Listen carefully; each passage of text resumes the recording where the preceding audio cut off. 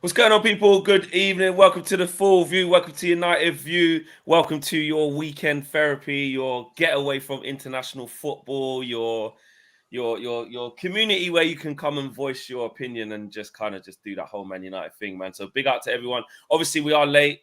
You know what it is, KG settings. Just on KG, before we even get into the show, I've got to tell you guys why he's not here. Wait, am I allowed to do that? He might even be like, wait, I might have to think about that. Actually. Yeah, I don't know. I was thinking. Oh. Well, you can talk vaguely. You can talk Basically, vaguely. You don't have to basically, name names. You don't have to I'm not name naming names. I'm not Yeah. naming names, right? But you guys let me know right here in the chat, and you guys obviously let me know here in the group. He said to me, "I'm not coming to the Full View because I've been invited round somebody's house, like me and the whole family. Like it's a bit, but it's not a family member.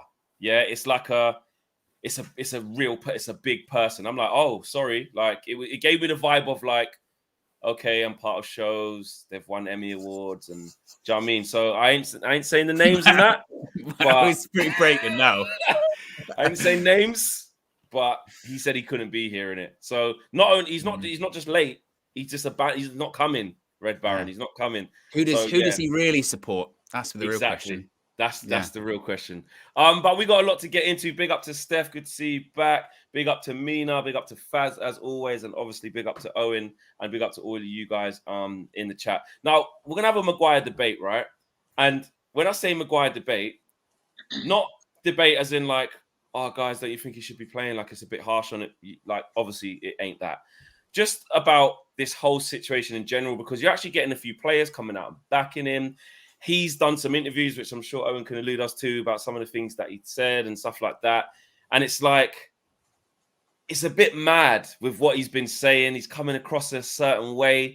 Faz, I'll start with you, bro. Like, how do you see this whole Maguire thing and how he's responding to it? Starting from the leaks that came out from Mark Ogden, right through to he's obviously in the England squad. He's played, they've lost. Then he's done some interviews after. Like, where does Faz sit on this? What's going on for you? At this point, you know me, I always keep it 100% myself. Yeah. At this point, I feel like I've understood Maguire's true colors as a grown man. You know, as a grown man, you wake up, you see what you did yesterday, and you think to yourself, can I do better? Can I take responsibility of my own actions? And leaders don't need to shout about how they lead. Captains don't need to shout about how they captain. And also leaders, actually, if you realize, a lot of the times they'll throw themselves under the bus for the team. They'll take one for the team. They'll take two for the team. That's what real captains and leaders do. And if Harry Maguire was that individual, if he had that type of personality, he would have, in every interview or whatever, been the biggest critique of himself and not make any sort of, not even excuse. You know what? Give him the benefit of doubt. Forget the excuse. But he would have probably said, you know what? Yeah, the team's been poor, but always I can do better. I can do one better. I should be doing better. At this level, I demand more for myself. But, he doesn't. And I really understand him as a person now. I think he's shown his true colors. And I do not need that type of energy in my changing room when we're going into a positive, time in our club. We've got rid of some of the heads of the club. We've brought a new manager. The team seems to be happy Man United. I don't need someone like that in my changing room, someone who has to justify why he's not performing because he's not training and he's not this, he's as in. Nah, I don't need that. So I just see his true colors now. You know what? Sufan says calm Faz over everything, basically. I was thinking that the same. I was like, yeah, Faz is Faz in there. Do you know what? The way you kind of put that of like, I've seen what he is, of like, it seems like he's for himself. I mean, Mina, Faz obviously saying what he said there. How have you seen the whole Maguire thing and he's coming out and kind of, it feels like what he's saying is just a bit, I don't know, like a bit cocky, it feels a bit off. He needs to read the room. One thing I was saying from like a year or two ago, Harry Maguire needs PR training. His entire team need PR training. When he had that whole incident, I think it was in Greece. Yeah. He sat down and did an interview with BBC One to talk about the kind of person that he is, and he's not this aggressive type of person, whatnot.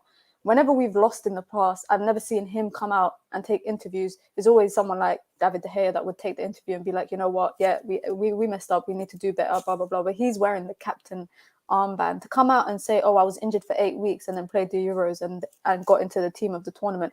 My friend, he needs to read the room. Like, that's all I can say. He has to read the room. When you are benched at your club currently, and that everyone knows, including himself, that he's only getting into this England team because of Southgate's bias, I think he needs to accept the fact that he's not the player that he thinks he is. And I'm not even, I hate doing this because I hate when people do it, but if this was someone like Paul Pogba that had done this when he was at United, going away on international duty and, you know, talking his talk in the press, everybody would have been slating him. Well, it's the thing that he did used to do. Every time he went away on the international break, he would say something in an interview, and you're right, Ed, the hounds would be out. And it's like, you know what? Maguire seems to always do or say the wrong thing somehow, whether it's actions or words. I'm starting to see that, Mina, that he just can't pick the right thing to do at the right time. And it's not just him. I think it's even like the leaks, because recently there was I saw an article talking about people close to his camp was saying, you know, oh, Harry Maguire is, you know, one of the best defenders in the world, and, you know, he's unfairly treated and whatnot. I genuinely think that the people that he has around him, bear in mind, I've seen his relatives engaging in Twitter arguments with fans. Yeah. That's not the kind of like, that's what I'm saying. He needs PR training. He needs to read the room. He's not a sub-level footballer as much as people want to claim like that he is, but he's a centre-back at the biggest club in the world, and he's a centre-back for a national team wearing the captain armband. He needs to do better when it comes to PR training. He needs to do better when it comes to talking in the press. It's cool, like this kind of stuff I would expect it in video games, you know, when you create a player and you go to your press conferences and you talk mad. I expect it that. I don't expect it from a professional footballer that's currently riding the bench. Steph, is he being harshly treated in some aspects where now he doesn't know how to deal with it, or do you think that it's just the manner of the demeanor of the player? Because look, one thing we don't want to do here as a channel is, you know, create agendas against our own players and want them to continue in a rut. That's not what we're trying to do here. We're just trying to talk about it holistically and everything. Like, how do you see how he's acting versus, you know, how he's being treated? To be honest with you, like, knowing Maguire, well, obviously not personally, but knowing the kind of character who he is, the kind of captain he is, it doesn't surprise me that he's come out with this.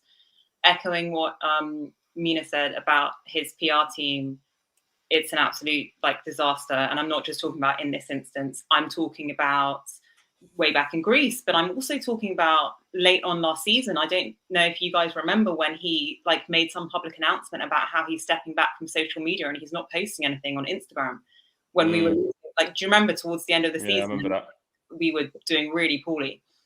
And, you know, he didn't come out after the games, didn't do interviews, came off his Instagram, like it was radio silence. And now all of a sudden, I feel like now we're in an international break. His leaks start coming out again. You know, he starts speaking again. It just seems very, what's the word? Well, more than a coincidence, I would say, that he's had. How do you think the players? Because someone says that Christopher Lee says, I'm more interested to see how his United teammates react to this in the dressing room. Like, how do you, in your opinion, like Faz is saying, he's someone he thinks shouldn't be around the dressing room, or if you're looking around it, that could be a problem. In your opinion, how do you think the other players see this? I don't think, well, I think if they had anything negative to say about Harry Maguire, I don't think that they would come out publicly anyway.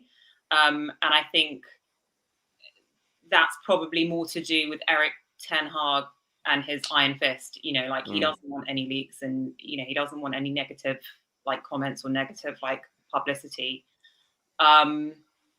But I know that like Nemanja Matic has leapt to his defense, but obviously Matic isn't at United anymore, so he kind of has, I guess, you know, like he's more open to defending Harry Maguire.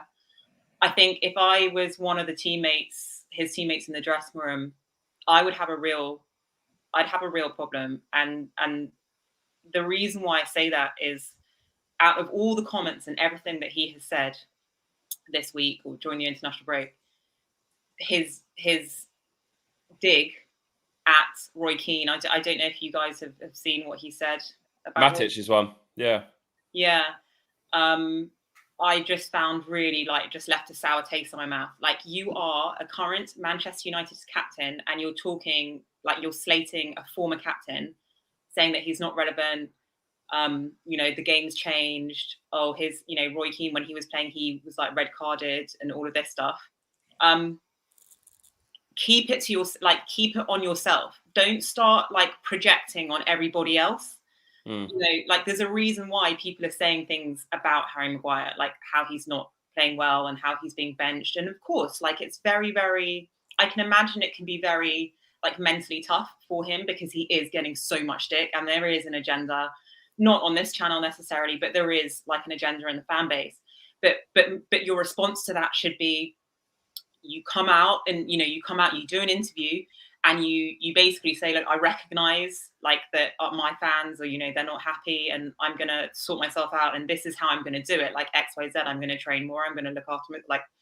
Instead he's just come out and blamed David De Gea, thrown him under the bus, had a go at Roy Keane. It's really untasteful. Owen, look, he said things. He said, I've got some quotes here saying I'm working hard on the training pitch to make sure I'm ready for when my opportunity comes. That is all I can do, and I'll try to help the team. I'm all good. I'm ready to play. I feel fit and fresh on my form. I don't know what's been said. I don't really read about it. And he says, I'm not concentrating on anybody else and what people are saying. I think if people can make a story about me, and Man United captain is going to make big news. What's your thoughts on it and the way it's kind of going? Well, first of all, I think after that initial report came out from Mark Ogden, we said, he should come out and say, oh, no, I didn't, because it was sources close to him. He didn't actually say that, but he should say that's not what I think and sort of dispel that. He didn't, but he did have an opportunity to speak because just a day or so later or 2 days later, whenever it was, he had a chance to do the interview, I think, with TalkSport and after the England game, and he didn't disavow it. He didn't say, oh, it's not how I feel. He just did what he's done every time he talks to the press. You kind of touched on it, but it's staggering how he can always find the wrong thing to say. And this criticism, I think it's really important to understand that it's from a footballing point of view. I think it's really disrespectful when you see people online, on social media, on whatever, and they make it personal. They take it away from football. They start talking about, fridge or slap at it, whatever, right? When they start, personally insulting people, that's when you go, we're not even talking about football anymore. What are you talking about? Actually talk about football here. When you talk about football, his quality of whether he should be in the Manchester United side is no. When you talk about his leadership quality, should he be the Manchester United captain? You say no, stick it to that.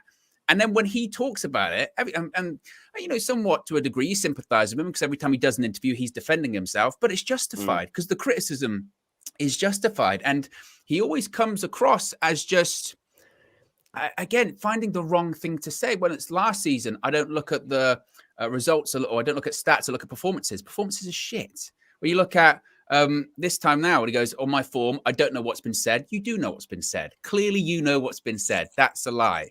And then he talks about, again, before the Euros, I had an 8-week injury and did not play one game, got into the team of the tournament, played in every game.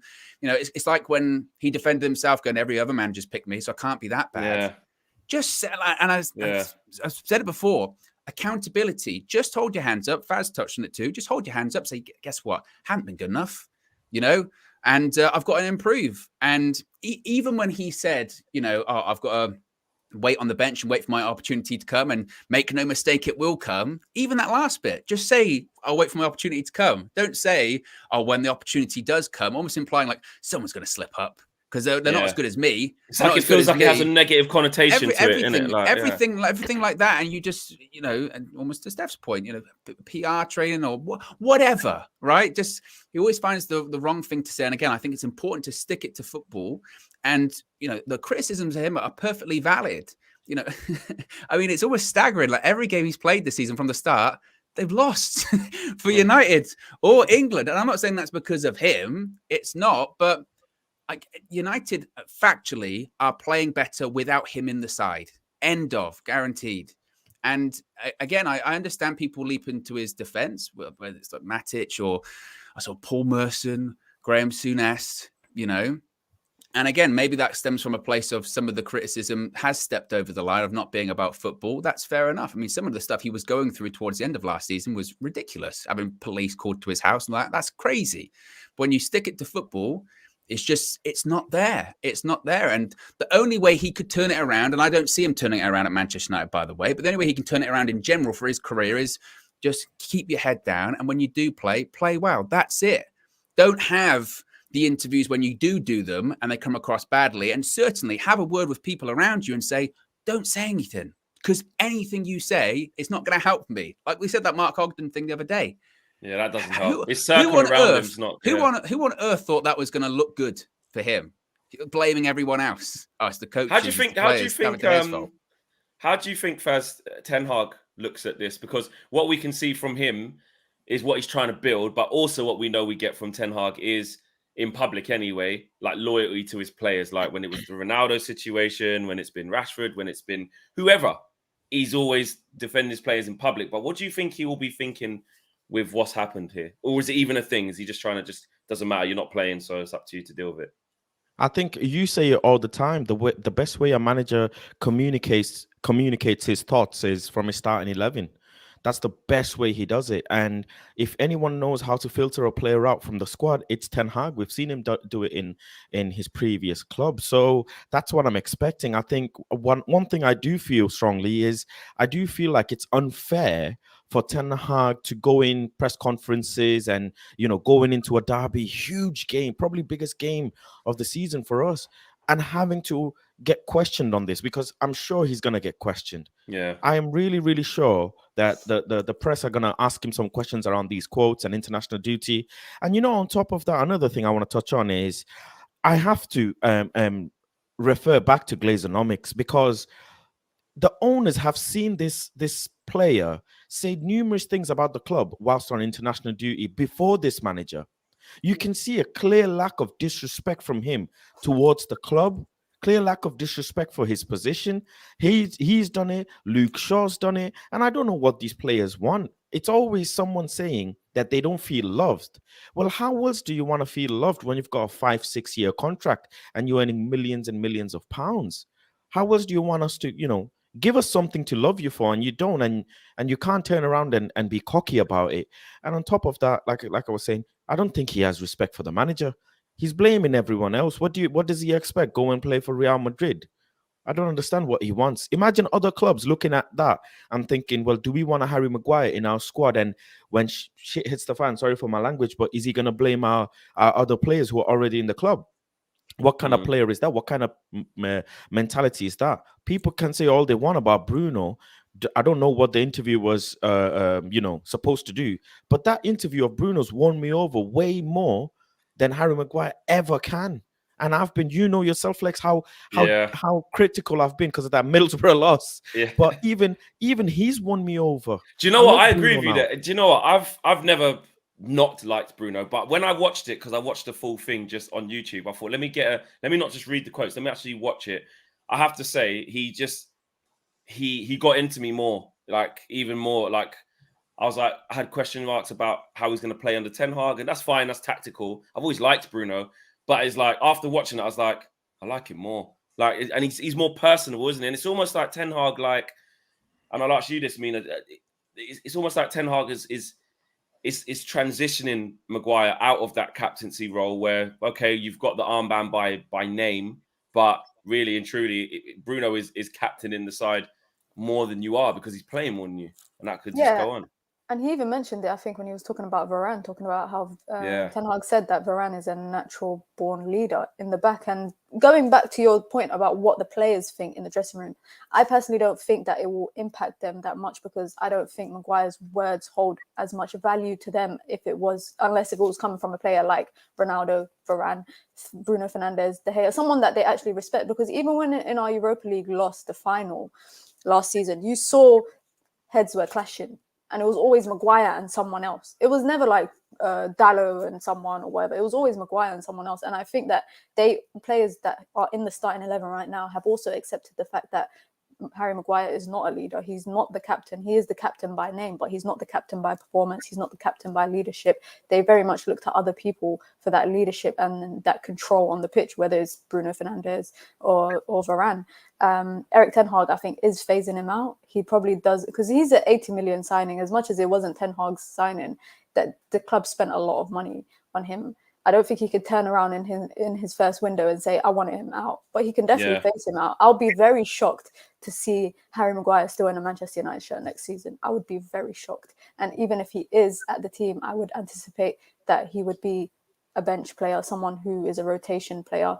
Someone like him, I'm sorry, he shouldn't be happy with that. No matter how critical we are of Maguire and his abilities, if he's someone that is playing game in, game out for his national team, came in as an 80 million signing, he shouldn't be happy sitting on the bench consistently. So I would be very shocked to still see him at United next year. Especially with what happens with England, right, by the way. Because do you think with the pressure that's on Gareth Southgate, he's not going to go for the World Cup, clearly. But if we don't have a great World Cup, which the way we're playing, entirely possible, right? Suddenly that guaranteed international spot don't exist anymore. And then Harry Maguire's not as happy to sit on the bench at Manchester United knowing, well, I'm still going to play internationally. So I think to Mina's point, come maybe even January, right? Maybe even January or certainly the end of the season, he might think, actually, I do need to start playing because in the Euros in 18 months, 2 years time, I need to be playing to get into that squad or play in the qualification rounds for it, right? So that's a possibility as well. I think to Mina's point, I think that what did Ten Hag say when he first announced the captaincy? He said he's the established captain, but he also said very quickly that he's the established captain, but I've only been here a couple of weeks. I can't make that decision. I don't know the players. Come next into the next pre-season, he'll know the players well by that point. He knows them pretty well now. And I would think in the back of his mind, he probably thinks, okay, Bruno's probably going to be the captain. I might phase out Maguire. I am phasing out Maguire. He still needs him. There's still plenty of games. There's 9 games in October. So it's not as if Maguire's not going to play. But even I'd be really surprised, unless there's injuries, I'd be really surprised come the end of October if we're talking about, I tell you what, Maguire's really worked his way back into that side. Because I don't see him raising his levels that high that he could force out an inform Martinez or Varane. I just don't see it. Well, even at this point, even if Varane got injured, which obviously he's not starting tonight, by the way, Fleck. Oh, he's not good. Starting. Good. But why isn't he starting? Is it resting or is it injury? He's not starting because he doesn't need to start. Yeah, he played against who was that the other day? Not Croatia, Austria. Ralph Rangnick's team, innit? Yeah, played against them. Done a Varane masterclass. The Rolls Royce, the Wraith, the Phantom, the Ghost. Packed up. See you later. I'm all right. Yeah. Fine. No problems. Yeah. It better not be because of, just chill. We'll bring him on little 20 minutes, whatever. That's fine. Don't even bring him on. Leave him alone. Yeah, just leave him alone. Just leave him alone. Let him get back safe. Let me get super chats out. Tox says Maguire is entitled. Or is entitled, right? Okay. Expletives. At least you got the decency to block out the expletives. I like that. Lil Yo-Yo says that it's simple. Maguire is basically the pirate from Captain Phillips. Look at me. I'm the captain now. Yeah, I hear what you're saying there. Red Baron says, calm Faz until Ramsdale comes around. And Myron says, Flex, calm down your Casemiro hate. Wow, hate is a strong word. I don't hate Casemiro. I'm glad McTominay is doing well, and I hope he continues. What do you gain trashing our new player on Talk Sport? Well, Myron, Lex, why do you hate Casemiro? Tell us. Why do you hate him? That's crazy. Hate such a strong word. And Myron, you've obviously listened to the Talk Sport show I did the other day, and I said the same thing that I say on here, which is that you hate him. I hate him. I want him to fail. Why do we buy him? He's a dud. I've said the same thing I've said every single time, which is that McTominay continues to play well. That's why he's playing instead of him right now. Erik Ten Hag sees it that way. That's why he's picking him. And I'm sure there'll come a point in the season where that shift happens. But so long as McTominay's playing well, the manager's proven that he's just picking people off of form, which is all we can ask for, isn't it? So I definitely don't hate Casemiro. I promise you, I do not hate him. Just Kick says, big up to the two queens who know their football and all of the United view as well. Keep up the great work and content. All the best to all of you. That's a nice super chat. Thank you, Just. Appreciate that. And YUFC says, if only Maguire had the mentality of McTominay, we wouldn't have this debate. People really don't like McTominay, but it never phases him. Is that a fair point? McTominay's taken a lot of stick. Like, I'll come to you on that one, Steph. McTominay takes a lot of, and this has moved the conversation on a little bit more, a lot of stick and, you know, criticism, and some that goes above board as well, where people just call him names and just completely ridicule him. And from a football perspective, when he ain't been playing good, fair enough, keep it football. But does he need to show a little bit more still like McTominay? Does McTominay show a little bit of mentality there to come through that? Do you know what? I'm glad that you've directed this question at me, because because you hate McTominay. No, I'm joking. Yeah, exactly. Like, for those of you who don't know, like, Flex thinks I absolutely hate McTominay. I am harsh on him. I don't hate him at all. I think I just get very frustrated with sometimes his lack of discipline, more than anything. And by that, I mean the aggression that he shows on the pitch. Even last night, or was it the night before, when he was playing for Scotland, like, he got in some ruckus on the field and had to be, like, torn apart. I mean, there's passion and then there's, like, aggression. But as far as McTominay goes at the moment, currently, and how he's playing, I have to eat my words and say that he does deserve to be in the team at the moment. You know, and if he falls off at any point in the future, then okay, Casemiro gets his opportunity to shine. Going back to what Owen and Flex, what you guys were just saying, you know, Erik ten Hag seems like a really fair manager. And so it doesn't surprise me at all that he's decided to keep McTominay in for now. Going back to your original question about, you know, how McTominay reacts to the hate or the negative criticism. I mean, you only have to look at the interview he did, or the post-match interview. Do you remember he did that post-match interview when we lost to the end of last season? And at that, can't hear you. You're muted. You're muted. Flex. I muted myself. It's like the mornings all over again. Was that Brighton when we lost 4-0? Yes, that's it. It was one of them. It was one of them bad ones. I was going to say, I think it was like the 4-0 loss, but I can remember we lost like 4-0 so many, like, feels like so many times. But I think it was after that game, and that's when, like, kind of my ears pricked up, and I was like, do you know what? Despite his, like, aggression and his lack of ability, like, at least he has the balls to come out and say it how it is, and it's really staggering to me. His was it Arsenal? Maybe I don't know. Was Arsenal? Maybe, yeah. It's really staggering to me. Like, if you look at McTominay's, like, press conferences and interviews in comparison to Harry Maguire's after they've been criticised, they're poles apart. They're poles apart. McTominay, like Maguire, McTominay knows what has been said about him. He doesn't come out and say, you know, I don't know, like, what all the haters are talking about. You know, the manager, like, thinks that I'm great and, like, always picks me. No. He collectively says to us all publicly, we have to take collective responsibility as a team. Like, this is all, you know, you can't put it down to one player. He doesn't project or criticize anyone else, if you know what I mean. Like, he has, what's the word I'm looking for, Owen? Accountability. He has accountability, which is what I like about him.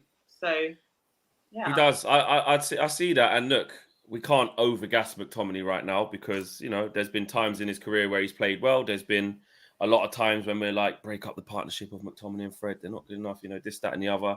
And you got to take I just think you got to just call it as we see it in the moment, which is praise him when he does well. And we're entitled to criticize bad performances. Mina, do you think, this is on McTominay now, actually, this kind of moved on from Maguire. Do you think on McTominay that we're seeing a different McTominay because of Erik ten Hag and his methods and stuff? Or is your like gut feeling that it's just a bit of a purple patch? You might return back to not playing well. Like, how do you feel about McTominay right now? I think it's a bit of Ten Hag, but I also think Christian Eriksen, Varane, Martinez, I think having a better back four behind him and having less work to do, because really and truly we do demand a lot less from McTominay now that we're more defensively capable. So his job has just been simplified. His job has become a lot more easier, and it's easier for him to flourish in that, where he has to do the minimum.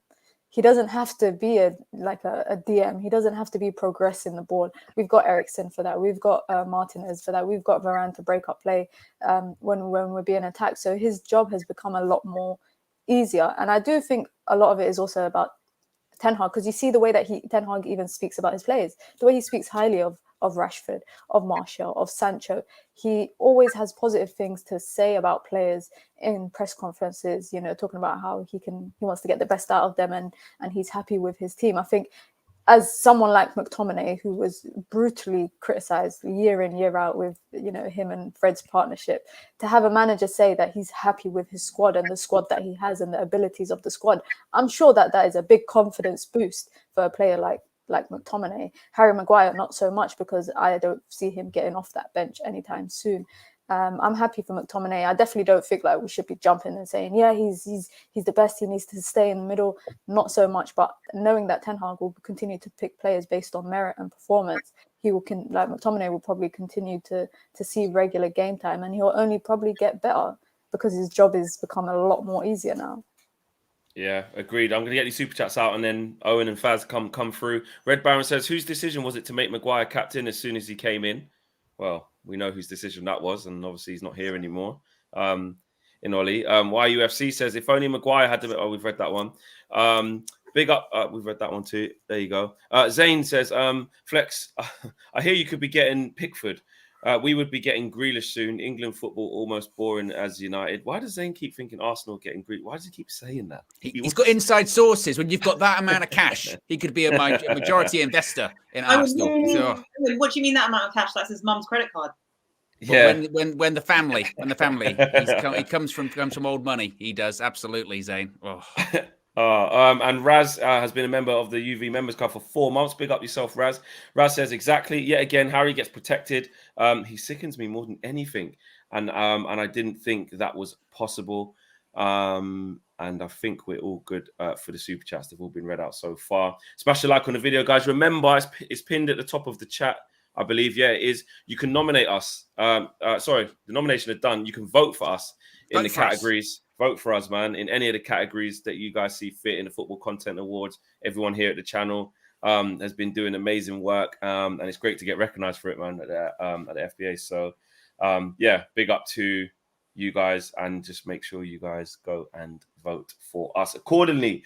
I want to talk about Dalot. Let's get positive, actually. Let's get positive. Faz, Diogo Dalot is like turning a corner. Is that fair to say? Like he's in a really good groove right now. My question to you, Faz, is I can't remember where you really was at with Dalot last year, but I'm just going to say, has he convinced you?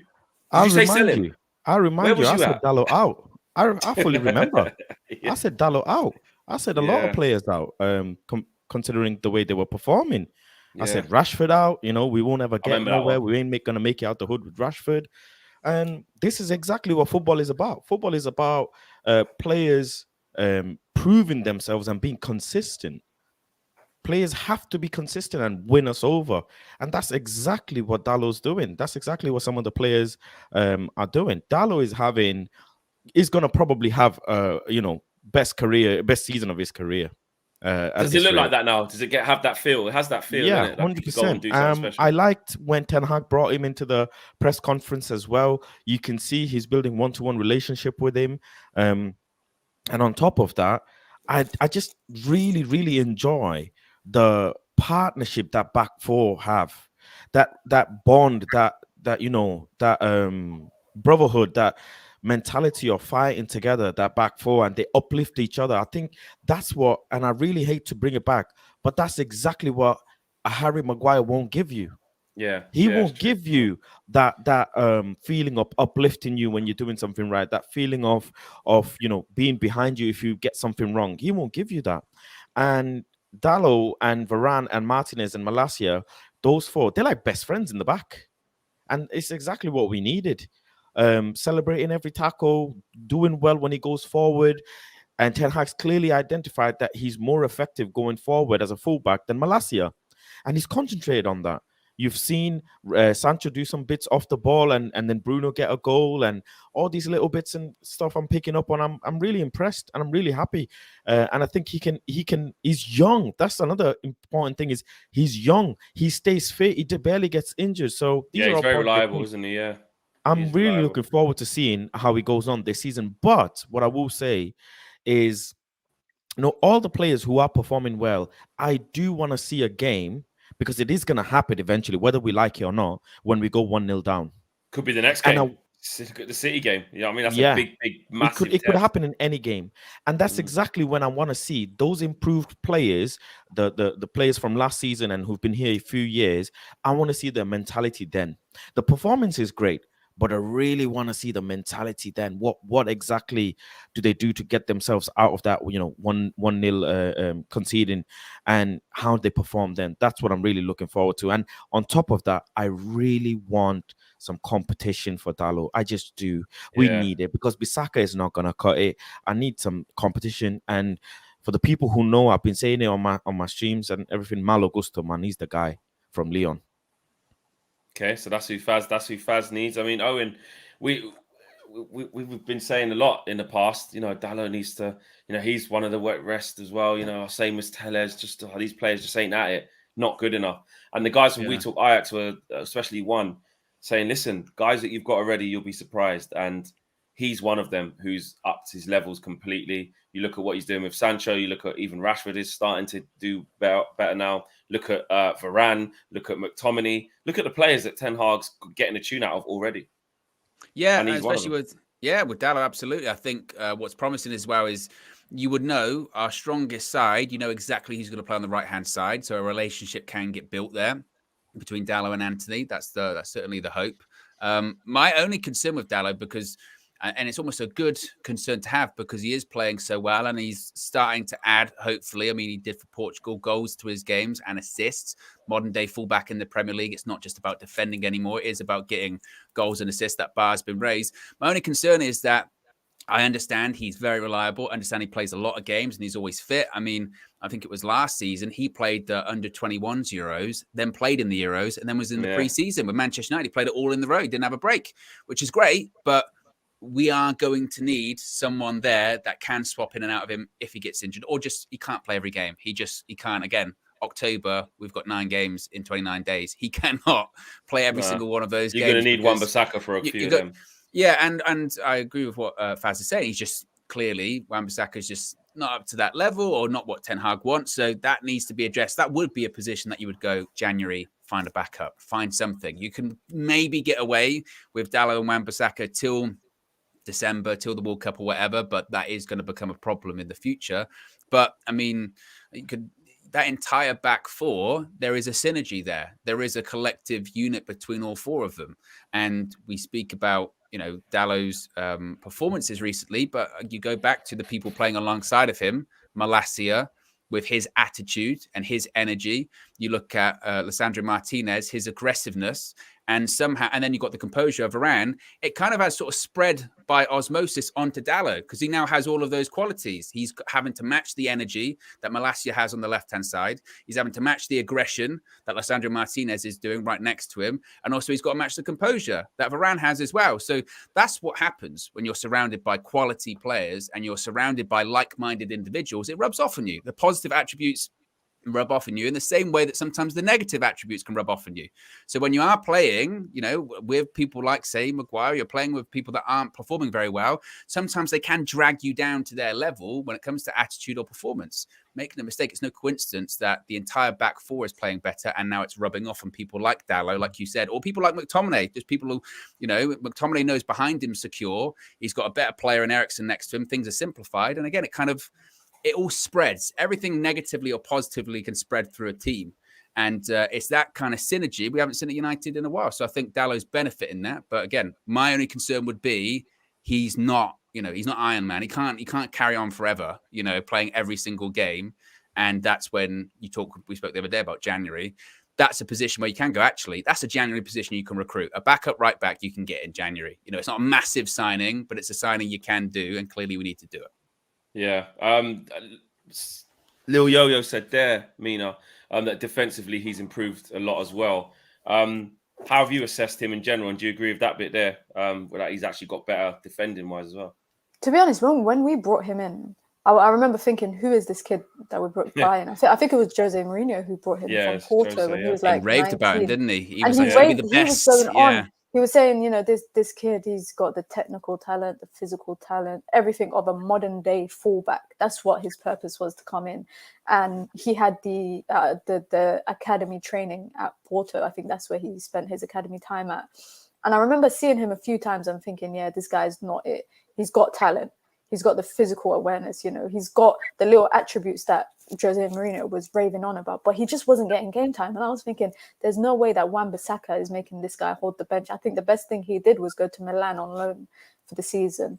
And I think that actually changed him a lot, because when he came back last season, especially under Rangnick, we saw a new and improved. Everybody's acting like this new and improved Dalot has really started this season, when really it actually kind of started towards, you know, February, January times last season, when we're starting to see these glimpses of these improvements. And I think having someone like Ten Hag, who we know how he plays with his fullbacks, like we see it right now with Malacia and Dalot when they're playing inverted when we're going up. And we saw it when he was playing for Portugal last night. He was literally playing as a CM at one point. That left foot goal he scored as well is taking the piss really. On his weaker foot. On his weaker foot. Yeah. That was a good goal. And I think right now, with the right back market not being that great, January I would expect us to go for, you know, a backup option. But I'm happy with Dalot, and I think he'll continue to improve. And also, just the point is that even if he needed rest time, someone like Malacia could play as a right back, because we saw it in the Europa League game. I think with 9 games in October, World Cup coming up, he's going with Portugal.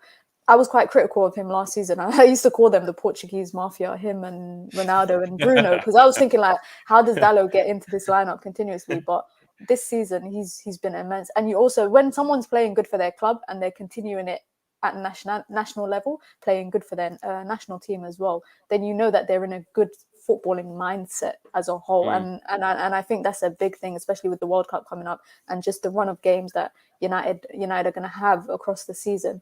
I think Diogo Dalot is definitely early contender for probably most improved player this season. And he speaks really well. You talk about in interviews, talking about how people can sometimes don't come across well. Every Dalot interview I've seen, I mean, you spoke with him on tour, didn't you, after one of the games? Always comes across very well, always comes across, you know, very humble, always wanting to improve. And you come out of the interview going, oh, I like that guy. Even if they're not playing well, that's the key, isn't it? If you're not playing well and you can come out of an interview going, they played rubbish, but I like that guy. There's either accountability or they just seem like a good person or whatever. Then that's it. When he was in the Europa League press conference a couple of weeks ago, he spoke and you go, well, comes across great. And for a guy that young to come across that mature, a big club like Manchester United, where the pressure is always on, that's what you need. Sometimes it's not just the physical side of things, it's the mentality as well. And I think that he's got that. He's reliable. And that's the key thing at the moment as well. He's reliable. I think he really gets it, like what it is to be a Manchester United player as well. You know, how many players like have we seen like recently think like, I just don't think they have the minerals. And if you just look at like what Mina was saying there, and Faz touched on it, like he's gone out on loan, he's been patient. He had, you know, he's been second fiddle for a long time. You know, Wan-Bissaka has been the number one starting right back for a long time, up until Rangnick came in. Really, that's when it changed. When he went, I need someone who's good on the ball, even for what I want to do. It didn't work with Rangnick. It all fell to shit, as we know. But some of his selections were clear about where he wanted to go, but he never had the time to do it. And even when even on tour and other games I've been to where he's been about, he'll always come over and talk. There's certain players in the squad that like you just feel something different from them. And the fact that I saw an interview of him the other day when he's like, I think it might have been in the Europa League one. It was where he's like, I've had to wait for my chance. He's had to keep being so patient to get this crack at being the guy, being the real deal, being number one Man United right back. And now he's got it, Steph. Yeah, I was just wanted to jump in throughout all of this and say, for me, Dalot reminds me, like mentality-wise, slightly like a kind of like Martial, in the sense that I think that Dalot does better when he doesn't have any competition. If you look at last season when Ranić came in and he was experimenting between Dalot and Wan-Bissaka, and it was almost as if Dalot was unsure if he was what his place was in the team, like how consistent he was going to be under Ranić. Since Erik ten Hag's come in, and we all know, Wan-Bissaka is not Erik ten Hag's cup of tea, and it's Dalot. For me personally, I think that he's come on leaps and bounds. Now, whether that's because he's playing more consistently, or whether it's because it's open knowledge that that Erik ten Hag prefers Dalot, him, to Wan-Bissaka, I don't know. But what I do think is that he's playing without the pressure of like somebody taking his spot. How do you think he responds if in January we get, somebody progressive and somebody young, somebody who can challenge him to that and not just be a backup if we did? So here's my thing, and we're not getting anyone in January. I think I said it like a couple of months ago, like during the summer. John Marto basically said it the other day as well. Yeah, exactly. Like we're not. I'm sorry, like to be negative ninny here, but I feel almost as if certain like parts of our fan base are hyping Dalot up so much because deep down they know that we're not getting another right back. We're not getting a backup. I don't think that we're getting a backup in January. Again, historically speaking, we don't really do much. Manchester United doesn't really do much in January transfer windows unless it's like a free transfer. Like we do take on quite a few free transfers. If we don't get, and I think, getting another right back in January, if we do, which we won't, I think that's the priority. But what worries me is echoing what all of you have said, and I think that we all agree, like Dalot can't play all of these games. And I'm just worried about what's going to happen if he does get injured. If he gets injured, we're toast in that area. Yeah. Like we are. Because Wan-Bissaka would have to do something amazing that we just really didn't. Erik ten Hag. Call back Ethan Laird. Yeah, you said that, didn't you? Yeah. And I was like, nah, you got to let the kids see it out on a champ. But the only way you could the only way you could do it is kind of what Mina said. Like if Dalot, touch wood, he doesn't get injured, but if he does get injured, then Malacia can move to right back, and then like Luke Shaw back in. Yeah, exactly. Like Shaw could come in, but then what does that look like? Yeah, we're basically in a position where I think the players are doing so well. I don't even want to talk about this subject because it just could jinx everything. But it's true though. We have to talk. We have to say it as it is. If Martinez gets injured with the way that he plays, if Eriksen got injured, if Malacia got injured, it would literally in one go just change the way we play. It would. You've got to call a spade, but we just have to. But I don't like you putting it out there. I don't like you to put in these things, jinxing. Carry on. Really quickly, just to button, I think, the difference between our side right now and how we're clicking and it is kind of coming together, and a side, let's say like Man City, where you could sub anyone off and put them on in a position. It's like they're so like City are so fluid. Like when they play together, you can take one player out, bring a completely like different player in, and it's seamless. And it reflects what you were saying. If one of those players gets injured, we would play a completely different system. We would have to, and that really scares me. So. Walter says Malagusto is really that guy. Modern fullback we could get for cheap, around about 35 million. KG should do the scout report. I don't know why he's saying KG should do it. We'll get the scout to do it. Yeah, they're different people. Different people. And Faz is behind it as well. So I think that's going to be the next player we're going to have a little look at. I don't know much about him. So let's do that. Guys, in the last 10 minutes or 8 minutes or whatever it is, right? I do want to talk because I think this is, when's the City game? Is it on Sunday? It is, isn't it? Yeah. So this is the last full view we're going to have, but obviously next week's going to be that game. I just want to, since we're all in this room, I just want to get a gauge of where people are at with this game. Faz, I'll start with you first, yeah? Because this is a massive, massive test, for Erik ten Hag. We haven't played a Premier League game, it feels like for ages since against Arsenal. What are you feeling about this game? Are you feeling like, you know what? We can go there and do this, or we can get something, or are you like, you know what? If we lose, just don't lose badly. How do you actually feel about this game? Slightly worried now that Ronaldo's injury is last night. What I don't happened? know Did he if get like hit in the face or something? What he happened? To him? got Yeah, he bossed got up by bloody that keeper, nose. man. Yeah, bloody nose. His nose I don't- was yeah. really bad, and he's bruised Yeah. up and Just put the really Zorro, just put the bleeding. Mask of Zorro thing on him, man. He'd be all right. Exactly. Yeah. You're right. Batman settings. I don't know. I weirdly feel like look a bit dodgy? Ronaldo will feel really motivated for that game if he does start or come on or whatever. I can't see him being motivated for set games like in Europe or whatever. But for something like City, I feel like he can be really motivated. I saw a video. I don't know if it's latest, but I think it is. Rashford doing high jumps. So he looks like he's getting ready as well. You know, he might not be injured anymore, and getting prepped. Sancho, I'm sure behind the scenes is getting prepped. Wondering what's the situation with Martial. If you know anything, if anyone knows anything, I don't know anything as of yet. We're not going to What's know the until update? they get back off. Yeah, someone will ask him that in the press. Sometimes no update is good as well, I guess. Maybe Yeah. he's just cooking in the back and he'll just come on, I guess. But you know my take on Haaland, regardless of what it is. But Man City have sent a medical team over to keep this guy in tip-top shape. Like they've put him, they've plugged him up in some. Just for those that haven't heard, what is your view on Haaland? He's not my cup of tea. Oh, Faz. That's all I said. He's not my cup of tea. Say but what you you can really say.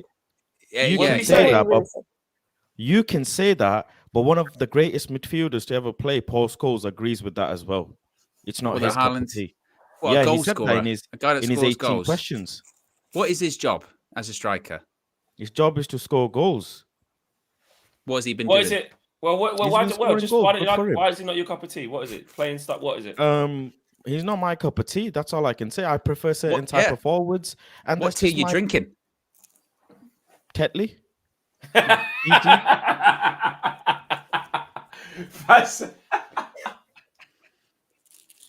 Green tea, bro. Usually green tea with something's in there, bro. People find it absurd when I say that, but I don't. Yeah. You know, there are players like Paul Scholes who find Mbappe over Haaland. He said it in his 18 questions.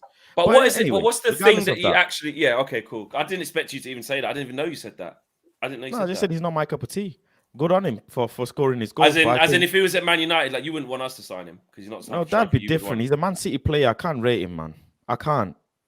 No, but before, say before he went there. You can rate Man City player. What you mean, but you can rate Man City player. You were just about to say, you know, Kevin De Bruyne. What about Kevin De Bruyne? Is he not? Everybody here knows I'm the number one advocate for saying numbers are important. Get numbers on the board. Numbers are important. As a footballer, as a forward, get your numbers, which is good for him. But he's just not pleasing to the eye for me, the way he plays his football. I just see he scored a one really great goal and good for him. But I think probably if he continues like this by February, March, then I'll probably come around and say, you know what? Cool, he's the real deal. But he scored hat tricks every game between now and March. My initial thing was, you know, that set me off is people mentioning his name in the same sentence as Cristiano Ronaldo and Messi. That's one thing that really set me off on this track. Who's doing that? I've not seen one person do that. The fan base say, you know, his trajectory is, and actually not even the fan base, pundits on big platforms say his trajectory is like he's gonna overtake Ronaldo and Messi at this rate. He could have 60 goals in all comps, 70 goals in all comps. Yeah, I think but they're basing it on data. Yeah, on now. They're saying that if he continues this rate, he would, but with the mindset of he won't, because he will not score a hat trick every game. That's just outrageous. It's just not my thing. That's all it is. I don't understand why it's a big.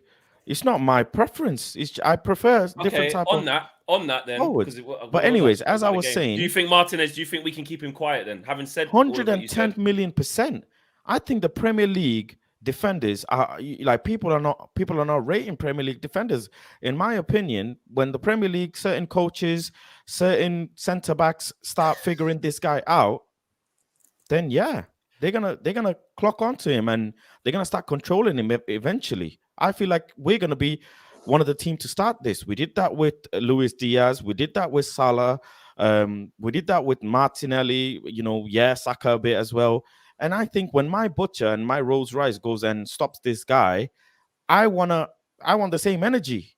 You're going to be but if we keep a clean sheet there, even if we drew it, you're going to be that. You will. I feel you're lining it up for like if we get that positive result. You can get the Yeah, I hand. mean, look, say, you all laughed it can at happen. Me. You know, Haaland can score against us, which I really hope he doesn't. And I really hope Ten Hag has a master plan cooking to stop this guy. But I feel like if you stop Kevin De Bruyne, the Rodri, the Cancelos, and all of them, you really keep this guy quiet. My thing with the Man City game is, my thing with the Man City game is you need to, whoever's marking him cannot go off concentration even for 10 seconds, because it's that one ball. He's like that. It's like the ball. He smells blood, doesn't he? He'll just know exactly, and he won't stop for 90 minutes straight. He'll just be alert, high alert. So whoever's marking him or whoever's onto him just needs to be on that 100% concentration. Maybe even put 2 men on him if need be. Just keep him, just roughing him up. You know, just do something and keep him quiet. But if that happens, then you'll know. And I really strongly feel we punch Man City in the chest. I really do. I really think we can do it. I don't. Man City's been conceding more goals than last season, and we've been keeping clean sheets with our back four. Harry Maguire's on the bench. Luke Shaw's on the bench. We're in a good positive direction. If we beat Man City, don't let me on, because I'm going to be. I know you're going to. No, I know. I know exactly how I am. We all want us to win. But it's like, you know, the thing is, people are celebrating Haaland. Like if Haaland scores against Man United, this same fan base will celebrate for Haaland. I can't. Right, so I feel like... I don't think they will. I don't think they will. Yeah, but I don't get it. I don't think during a game, during the Manchester derby, Haaland scores, we go, yes, getting Erling Haaland. I said to Faz, Haaland is this. I said it. I said to Faz, Haaland is... Nah, man, the point is, Faz, it's not my preference. Even if he doesn't score, it doesn't make him a bad player. I'm with you. I do believe that Man United can get a result at the Etihad, because I think we'll set up in a similar way that we did against Arsenal and Liverpool. I think we're playing on counter-attack, and that's how you beat City. But you can't sit in there and say just because he's a City player, he's not good. Like, if anything, I didn't say that, though. I said he's not my preference. Those are my exact words. Well, you said I can't sit here and rate him. You said I can't sit here and rate him as a City player. Yeah, you said you can't rate him City player. That is your words. Yeah, firstly, he's a City player. If he was United, sure, of course my bias would be different, because I'm a Manchester United fan. Of course my bias would be different. But he's a City player. He scored more goals than Man United, and I'm not going to put respect on his name. I can't. It's not in my DNA.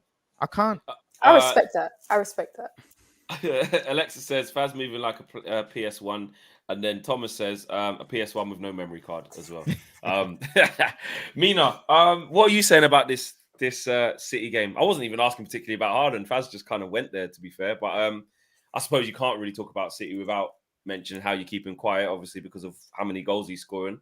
But is it like a free hit for you? Like win, lose or draw, it's like get it out of the way, cool, we're early in our development, or are you expecting a little bit? I'm expecting something coming off the run that we've come off, like, winning 4 games in a row. I think the game has come at a bad time with the international break. I definitely think if this game was before the international break, it would have come with like a lot more momentum. But players coming back from international break, you just don't know what you're going to get from them. And, you know, I think Ten Hag is going to set up to play counter-attack football. I think that's the way that we hit City. I agree with Faz that City have been conceding a lot more goals this season than they have in the past. Defensively, I'm not that intimidated by them. For me, the biggest concerns is their midfield and their attack. Keeping Haaland quiet is one thing, but then you got people like Kevin De Bruyne, you got Gundogan, you got Bernardo Silva, you got Rodri, you got players that can switch up the game so easily, even if you take out their best striker from the game. So the battle for me is going to definitely be in the midfield. Like whoever controls the midfield is going to control the entire game. And City is the kind of club that always kind of aim to do that, where they're a very possession-based team. So if we're going to take our chances, we have to take our chances when they come on the counter-attack. I'm worried if Ronaldo starts up front. If I'm being 110%, I'll be a bit concerned.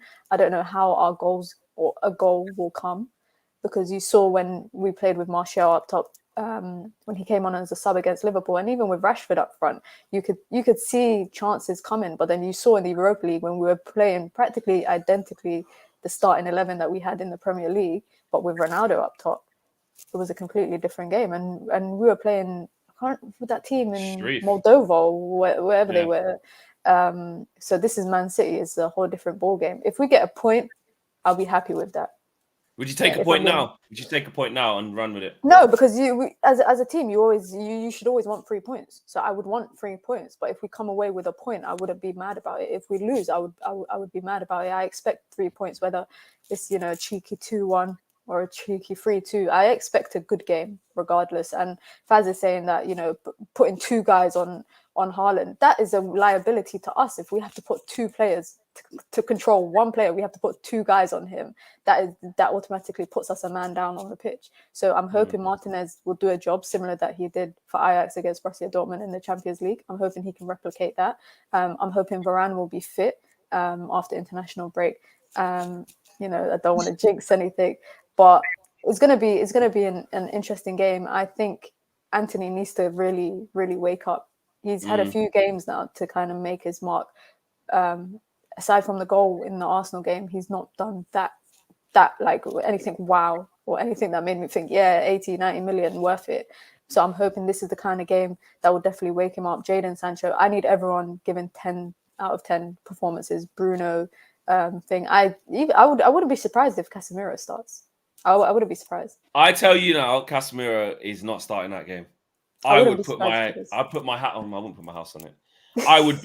I would be massively surprised if Casemiro started. If there's injuries, maybe. Do you know why I think he would play? Because I think someone like him, even though when he came on against Sheriff, he gave away a few foolish free kicks. But I think if there's someone that's going to break down and dispossess Man City's attacks, it's going to be someone like Casemiro. McTominay will probably do a job. He could probably do it too. But I think you need the nitty and the gritty from jump. Like we can't afford to go into that game with our heads down, just trying to keep on to a 0-0 draw. I'll be stunned. I'll be stunned if he did that. If he did, great. I mean, you say great. Casemiro, I know you hate Casemiro. I know you hate him, but I hate him, so I don't want him to play. But I just feel like McTominay still hasn't done one thing wrong. And if you're talking about games that you'd want McTominay to be in, these are the sorts of games that we've won in the past with him playing there. Even with Fred. Do you remember that derby? Was it the season before last when he scored that screamer and we won 2-1? McTominay, did he score in a derby? Did he? Yeah. Did he? Yeah. He scored the one at Old Trafford. Oh yeah, sorry, before the pandemic. Oh yeah, exactly. Before last, So that he's that guy. How do you feel about it, Steph? I think I hate to be cliche. This game's going to be won and lost in the midfield, in the sense that if we can somehow stop or block that feed to Haaland, then I think that we have some semblance of a chance. I don't know. I mean, I think the argument for McTominay is a good one. Just historically, he's always played well against City, like when we played City. And he's aggressive, which is what we need for this game. But Mina, like what you said, I think Casemiro is more able to do the job, if that makes sense. He is going to intercept those passes. I think that he better than McTominay would. So it just depends. I think I'll be very interested to see what the starting 11 is before the game. As soon as I see that, I think I would make more of a prediction on the scoreline. Owen, do you see a shock there? Do you see? Well, I say a shock. We might not be shocked because we feel quite confident, but obviously we are still underdogs in this game. I'd say if you ask the bookies and stuff like that. But how do you feel about it? I do think we can get a result. I do. I think that again, it's set up. The game is set up the way that United have been winning recently, which is on the counter attack. That's how you beat Man City. Have we seen a team really out dominate Man City in terms of possession? No, you beat them by playing on the counter attack. That's how we're going to play. Don't think Ronaldo's going to start. Don't think Casemiro's going to start. I think it's going to be similar to the team that started against Liverpool and Arsenal as well. I think it's going to be a fluid front three that plays on the break. I think the football is going to be fairly direct as well, in that it's get it to Eriksen, Bruno, striker. That's about it. I think, but I do think we got a chance. It is going to be, I think there's going to be large amounts of the game where it's literally just going to be Man City's attack versus our sort of robust back four. Yeah, and it's going to be really, truly a test by how resolute they can be. But I do have faith. the only thing I would say is that I can either see it as we nick it, like 1-0, 2-1, or I could see us getting absolutely battered though. Like the floodgates, let's be honest. The mentality hasn't changed totally, completely, so that if we were to say go 1-0 down early on, do the floodgates open? Because we know the fragility is still there. We've been on a good run, but this is going to be really truly a test. And I wouldn't be shocked if we went 1-0 down either. So these are the things that I think are still quite, as even Eric Ten Hag as a Manchester United manager, he has not had, let alone just a derby game away from home, but just a big away game against the top six. This is his first one. It's his first one. He's obviously, we played Liverpool and Arsenal at home, but in terms of at their ground, when it's super, super tough, we ain't experienced it yet. So I think it's new for all of us. And that's why I am expecting a little bit, but at the same time, I am giving him a little bit of space in terms of if it goes wrong, hopefully it's about dusting yourself down and it's out of the way and you go again and learning from it, because, you know, look at what happened at Brentford. We had to learn really, really quickly. And haven't lost since in the league. And when it went wrong against Sociedad, even though you could argue we should have, at most, we should have drawn that game. Maybe we didn't deserve to lose. But again, next game had to just put it right, play the proper team, and we dispatched the Sheriff easily. So I'm going to give him a bit of breathing room with that. But I see what you're saying. It's weird. It's a bit of a cliche, but any eventuality could happen. I could see it where Man United nick it. I could see it where we lost by a couple goals quite comfortably. We just couldn't get back in the game. But also I could see us, just doing well and frustrating City and hitting them on the counter-attack. I do think it's so imperative that one of Rashford or Martial is back. Like, we really need that pace. If you want to play in that way, if we have to have Ronaldo there and then you've got to put Anthony and Sancho, that dynamic is a lot different, in my opinion. We need that speed in the counter. I could even, if that happened, I think he could even see Elanga somewhere. I honestly think he needs that pace. And Ten Hag, we've seen him do it against Liverpool and against Arsenal in the biggest games of the season. He's gone for that. I don't think he changes that now. So I'll be staggered if Ronaldo started, if Rashford was fit or Martial's fit, and I'll be staggered if Mctominay didn't start if he's fit as well. But one thing you can't write off Ten Hag is having a plan and knowing what he's doing. So yes, we shall see. Wicked show. Smash a like on the video, peeps. Remember to subscribe to the channel if you're new, and also you can vote for us in the categories for the Football Content Awards. There's a few super chats as well before we go. And Billy Jones says, question for all of you: what would be a successful season for Ten Hag after spending over 200 million? Ten Hag surely has to get top 4 or at least win a trophy. Even Oli got top 4, and he was bad. Really quickly, Mina, give us an answer to that. What's a successful season for Ten Hag? Top 4 and a trophy, preferably Europa or FA. Okay, Faz? Yeah, same. Yeah. Steph? Top 3 and Europa League. Top 3? Oof. Steph raising the bar there. Owen? Top 4, a trophy's a bonus, but it's not imperative for a season. Get the top 4, get things rolling. Yeah, agreed. I think so. Where else are we here as well?